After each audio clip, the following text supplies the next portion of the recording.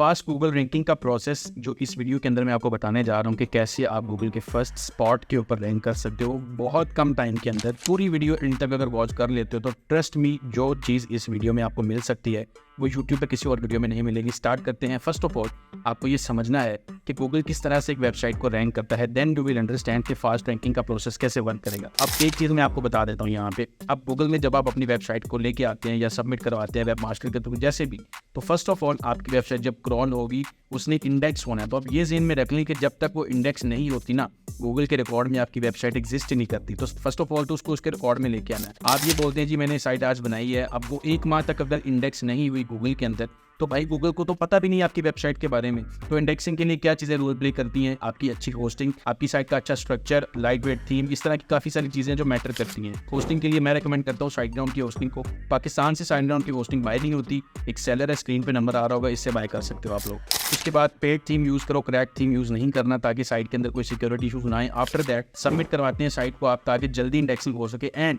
Right after that मैं अपनी videos के अंदर हमेशा आपको ये कहता हूँ कि डे 1 से लिंक बिल्डिंग स्टार्ट करें। यहाँ पे एक वीडियो आपको नजर आएगी, उस वीडियो के अंदर मैंने बहुत डिटेल में एक्सप्लेन किया कि आपको लिंक बिल्डिंग कब शुरू करनी चाहिए एक नई वेबसाइट के लिए। तो एक नई वेबसाइट के ऊपर आप डे 1 से लिंक बिल्डिंग स्टार्ट कर सकते हो, बट कुछ और भी चीज़ें हैं जो आपको साथ में समझनी होंगी, तो वीडियो को डिटेल में वॉच करना। अब जब आपकी वेबसाइट फर्स्ट डे पब्लिश होती है, उसके ऊपर कंटेंट पब्लिश होना स्टार्ट हो जाता है कंसिस्टेंट लिंक बिल्डिंग के साथ, सब कुछ करके आप अपनी वेबसाइट को इंडेक्स करवा लेते हैं। आफ्टर दैट अब उसका टाइम पीरियड स्टार्ट होगा रैंकिंग का। तो रैंकिंग के लिए कम से कम उसको 6 माह का एक टाइम पीरियड रिक्वायर्ड होता है जब तक आपके पेजेस मैच्योर होते हैं। अब ये चीज़ आपने याद रखनी है, आप पूरी साइट की बात नहीं कर रहे, आप पेज बाय पेज की बात कर रहे हैं। आज जो पेज पब्लिश करोगे उसको अगले 6 माह का टाइम आपने देना है। अब यहाँ से एक चीज़ अपने आप को बताओ कि भाई आज के बाद जो अगला आर्टिकल आप अपनी वेबसाइट पे पोस्ट करोगी वो जब पोस्ट होगा तब से लेके अगले टाइम पीरियड तक आपका पेज रैंकिंग में आएगा। तो अब यहाँ पे मैं आपको एक चीज़ बताता हूँ कि कैसे आप इस मैच्योरिटी के जो टाइम है उसको कम कर सकते हैं। पहला ऑप्शन आपके पास यही होता है कि आप एक फ्रेश डोमेन के ऊपर वेबसाइट बनाओगे। उस फ्रेश डोमेन का कोई रिकॉर्ड नहीं होता गूगल के पास, कोई एज नहीं होती, कोई ट्रस्ट नहीं होता, कोई अथॉरिटी नहीं होती। वो एक न्यू बॉर्न चाइल्ड की तरह उसको गूगल ट्रीट करता है।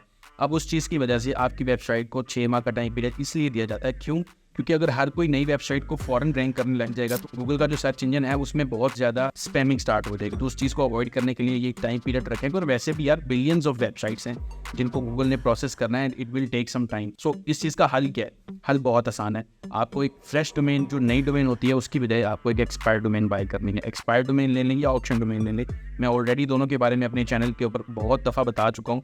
एंड अगेन बता रहा हूँ कि जो एक्सपायर्ड डोमेन होती है या एक ऑक्शन डोमेन होती है, ये एजिड डोमेन होती हैं जिनकी एज का जो फैक्टर है वो आपको बहुत ज़्यादा हेल्प करता है सर्च इंजन के अंदर। और सर्च इंजन उन वेबसाइट्स की एज की वजह से आपके उस नए कंटेंट को जो भी पब्लिश करोगे उस वेबसाइट के ऊपर उसको जल्दी इंडेक्सिंग भी प्रोवाइड करता है, जल्दी रैंकिंग भी प्रोवाइड करता है। अब हर कोई एक्सपायर्ड डोमेन पे अगर काम शुरू करेगा तो यहाँ पे एक चीज़ है जो आपको समझना बहुत ज़रूरी है, उसके बगैर आप एक्सपायर्ड डोमेन के ऊपर काम स्टार्ट ना कीजिएगा। और वो ये है कि एक्सपायर्ड डोमेन को पहले टेस्ट कर लें। जारी बात है अगर ऑप्शन डोमेन की तरफ जाते हो वो होती तो ठीक है, बट वहाँ पे बहुत ज़्यादा बजट आपका लगता है। एक्सपायर्ड डोमेन $10-20 में अगर मिल जाती है, यहाँ पे आपका एक रिस्क फैक्टर ये होता है कि आप उसके ऊपर राइट अभी इन्वेस्टमेंट स्टार्ट नहीं कर सकते। उसको कुछ टाइम दे के सिर्फ देख लें कि क्या वो वाकई में चल सकती है, क्या वो जो पेजेस आपने पब्लिश किए हैं वो उनको जल्दी इंडेक्स करती है, उनको रैंकिंग में लेके आती है।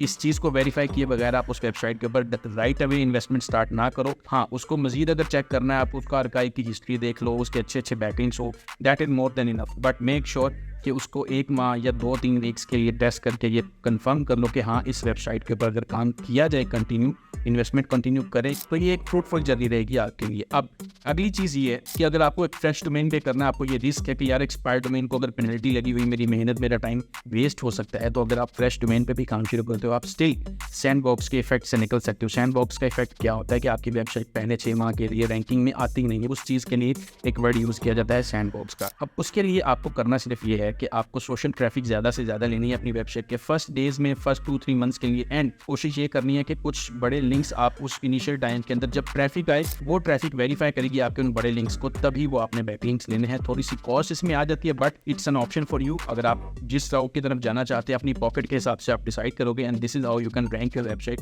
In less time. लेकिन एक चीज़ स्टिल आपको याद रखनी है कि गूगल के एल्गोरिदम को आप चीट नहीं कर सकते, बीट नहीं कर सकते। You have to play by the rules. Rules बहुत सिंपल से हैं, जितना अच्छा कंटेंट, जितने अच्छे बैकलिंक्स बनाओगे उतना ही गूगल आपको प्रायोरिटी देगा, उतना ही गूगल आपको क्रेडिट देगा।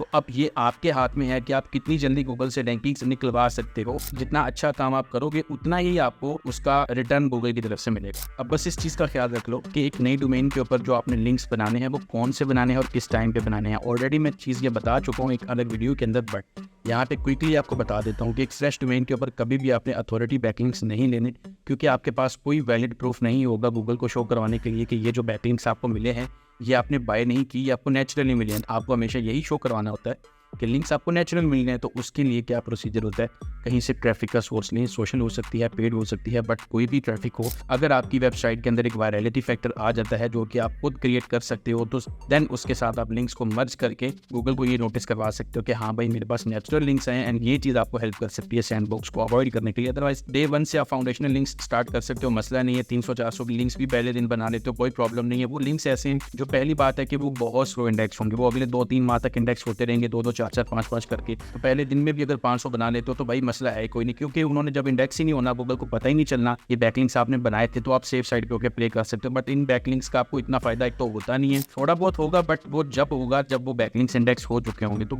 इंडेक्सिंग स्लो होगी आहिस्ता आहिस्ता उन बैकलिंक्स की। आपकी वेबसाइट अलग इंडेक्स होती है, बैकलिंक्स अलग इंडेक्स होते हैं, और दोनों गूगल की डेटाबेस में तब आते हैं जब आप साइट कॉलन करके लिखोगे। अब वो यूआरएल जिस यूआरएल के ऊपर आपका पेज है या बैकलिंक है, अगर वो गूगल की डेटाबेस में शो हो रहा है नीचे, दैट मींस वो इंडेक्स है। अब ये चीज देखने के बाद आपको पता चलेगा कि हाँ भाई आपके बैकलिंक्स भी इंडेक्स है, साइट भी इंडेक्स है, देन वो काउंट होंगे एंड देन उनकी वैल्यूएशन होगी and then you will get your rankings. That's all for this video. अगर इसी तरह की मुझे वीडियोस देखना चाहते हो तो सब्सक्राइब कर लो। अगली वीडियो में मिलते हैं, तब तक के लिए अल्लाह हाफिज़।